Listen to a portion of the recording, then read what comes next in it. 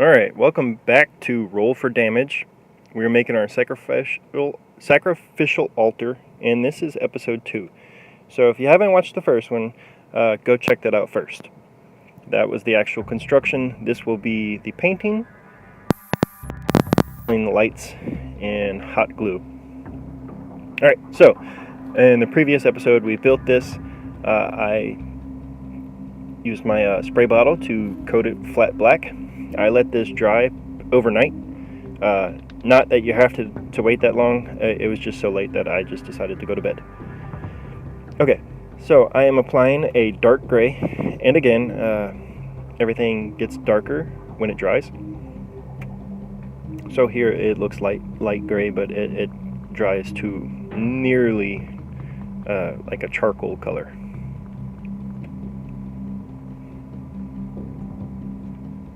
You can see that groove in that crescent shaped where the blood pools from the actual altar into the blood pool.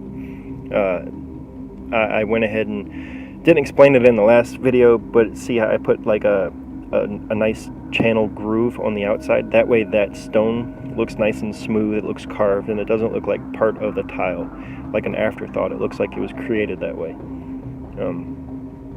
And again, that was done with the wood burning kit or a soldering iron if you have one of those. Alright, so now I'm going back, adding my highlights to it.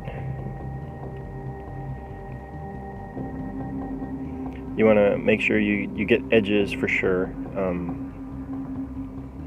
It just kind of separates things from the floor below it or above it.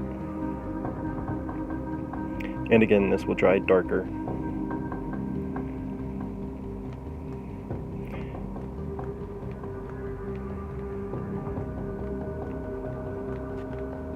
I'm not putting it on thick, it's a dry brush, but I'm putting the edges of those steps on a little bit thicker than the rest of it. And then now I'm using a brown in that same highlighting texture, and I'm mixing those together because I want worn, dirty pathways where it looks like these dark clerics have been coming to this sacrificing altar, and there's a clear path of what they picked, or how they walked up the actual pit.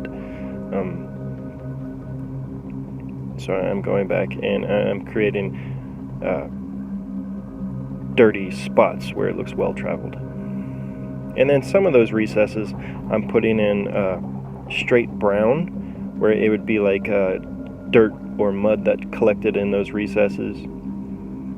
It just gives the overall different depth, where, you know, if you paint with two paints, a dark and a light, it gives it more of a one-dimensional kind of mindset when you look at it. And if you put multiple colors, even if you're a bad painter like I am, multiple colors help hide so much. So I just went ahead and just added a few more colors. Okay, so now I'm going to be installing my lights. I already punched all my holes through, and I just basically followed the inside of my altar, and I put 2 lights against each wall in the very corner. So where the floor meets the wall, I just took a Phillips screwdriver and just used it like a drill, and it just punches through super easy. You don't have to put a lot of force, just slowly twist it as you push through. Okay, so I'm going to install a light in the actual circular piece next to the altar.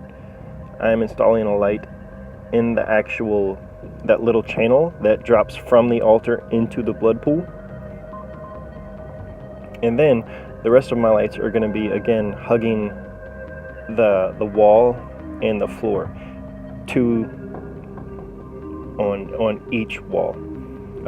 And again, I didn't say it, this light is, right now, it's Halloween time, or at least they have Halloween stuff out. And this is from the Dollar Tree. You could buy this anywhere. And this is just a simple orange glowing LED light. This is powered by 2 AA batteries.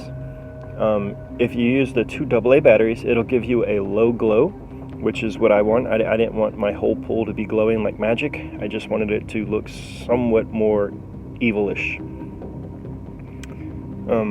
Okay, and what I'm doing now, like I told you in the previous episode, you could still customize this even though you have it glued together. It comes apart without damaging anything around it. So I'm going back and I pulled all my lights out so I could have them come in at a flush angle rather than all those wires sticking out beneath me and having to add an extra layer. So I just went ahead and traced where my wires were coming out and how much space I needed, and then I just went back with an X-Acto knife and I cut that bottom layer out. So now I can put all these lights back in, and they will be recessed, so it's not gonna hold my project up and force me to create another layer. Yeah, I didn't plan for that. I was expecting it to be a little more smooth when I first planned this out, but in hindsight, the angle I needed those lights to sit weren't flat. There wasn't a flat, parallel kind of angle. I had to come in at like a 45-degree angle to make sure I had those lights broadcasting in the degrees that I needed them to. So to make an allotment for that extra space, I went ahead and cut those lights, a channel for those lights to sit in. I had a little piece of where behind that light, that was not me cutting a wire. Please be careful not to cut your wires. You could obviously just put them back together with just twisting them together and then hot gluing it closed, but try not to destroy what you don't have to. Alright, I'm making sure my lights are at the angle they need to be, that they're out the space that I need them to. And I am going to do a test with a 9-volt battery just to see if they would come on, and they did. If you use a 9-volt battery, it'll produce a brighter light for you. Just keep in mind that those are not built for that amperage or those volts, and it will produce a brighter light, but they'll burn out much faster. So if you did want a brighter light, I don't know if I would go with a 9-volt. I would use one of my previous tutorials and go with a 6-volt, and that'll be a happy medium. It'll still be much brighter, but I didn't want that bright light.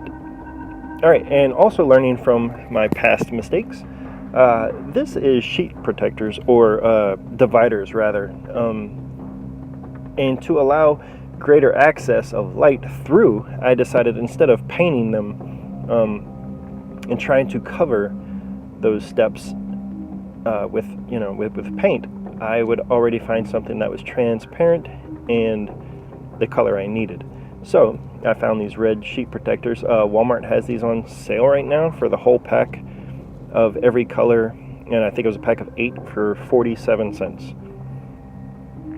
This is the 9-volt test. If you wanted 9-volt, this was just way too bright for me. I didn't want that.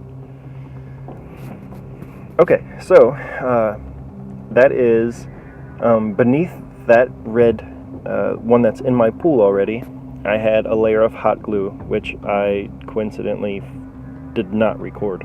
I don't know what happened, but I'm sorry about that. I put a layer of hot glue in the entire bottom, and then I put that red sheet down on top of it. Now I'm taking a very watered down red and just slowly spreading it, because I don't want that to actually be see-through. I just want it to be transparent enough to allow as much light through as possible. So once that paint dried, I went in and just filled the entire pool with hot glue. And what I'm doing with that stick is I'm moving it where it looks like pools of blood rather than just unmoved pool. That way it looks like the blood is coming down from that pool and into it, creating waves. So I went back, hot glued all my wires in the bottom. There's my lights. And then I went in and closed my back piece. This is the finished product. See, I have a slight glow to it, and that's what I wanted. But again, if you want something brighter, just put a 6-volt battery in there. I wouldn't go 9-volt.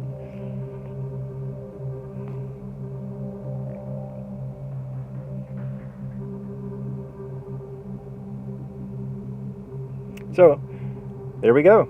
Please like, subscribe, and make sure you click on that bell for all notifications. Thank y'all for watching.